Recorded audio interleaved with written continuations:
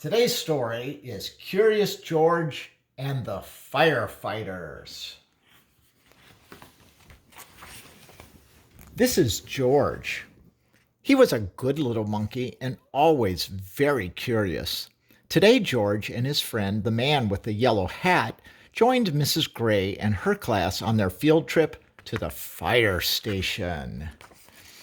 The fire chief was waiting for them right next to a big red fire truck. "Welcome," he said, and he led everyone upstairs to begin their tour. There was a kitchen with a big table, and there were snacks for everyone.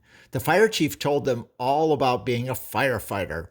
George tried hard to pay attention, but there were so many things for a little monkey to explore, like that silver shiny pole in the corner.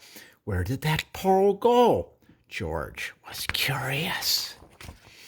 Why, it went back downstairs. There was a great big fire truck. There was a map of the city, and there was a whole wall full of coats and hats and big black boots.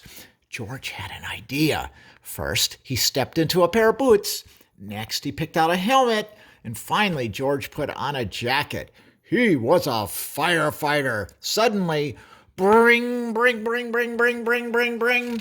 The fire truck with all the firefighters sped out of the firehouse. And so did George. The siren screamed and the lights flashed. The truck turned right, then turned left. Woo, woo, woo, went the whistle. And George held on tight. And just like that, the fire truck and all the firefighters pulled up to a pizza parlor on Main Street. Smoke was coming out of a window on the back, and the crowd was gathering in the street. "Thank goodness you're here," cried the cook. The firefighters rushed off the truck and started unwinding their hoses. They knew just what to do, and George was ready to help. He climbed up on the hose reel. One of the firefighters saw George trying to help, and he took George by the arm and led him out of the way. "A fire is no place for a monkey," he said to George. "You stay where it's safe." George felt terrible. George sat on the bench and looked around. Next to him on the ground was a bucket full of balls.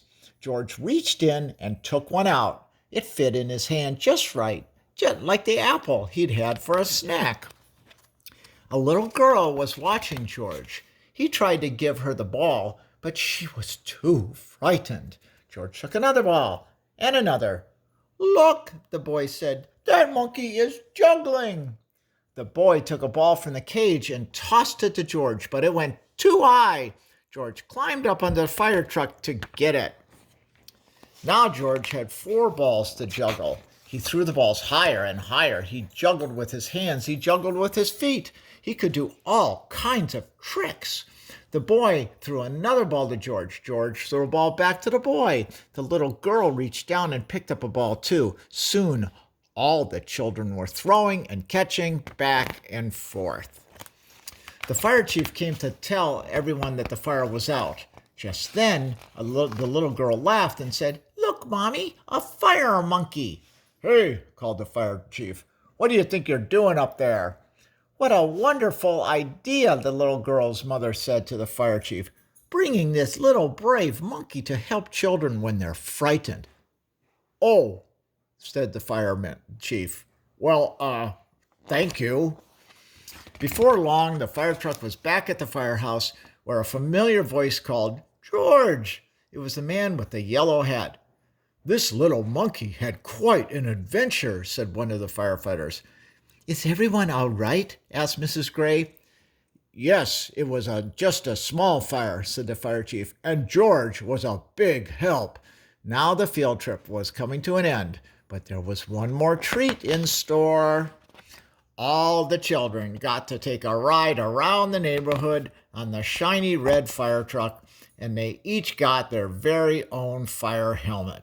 Even George, and it was just the right size for a brave little monkey. The end. Woo!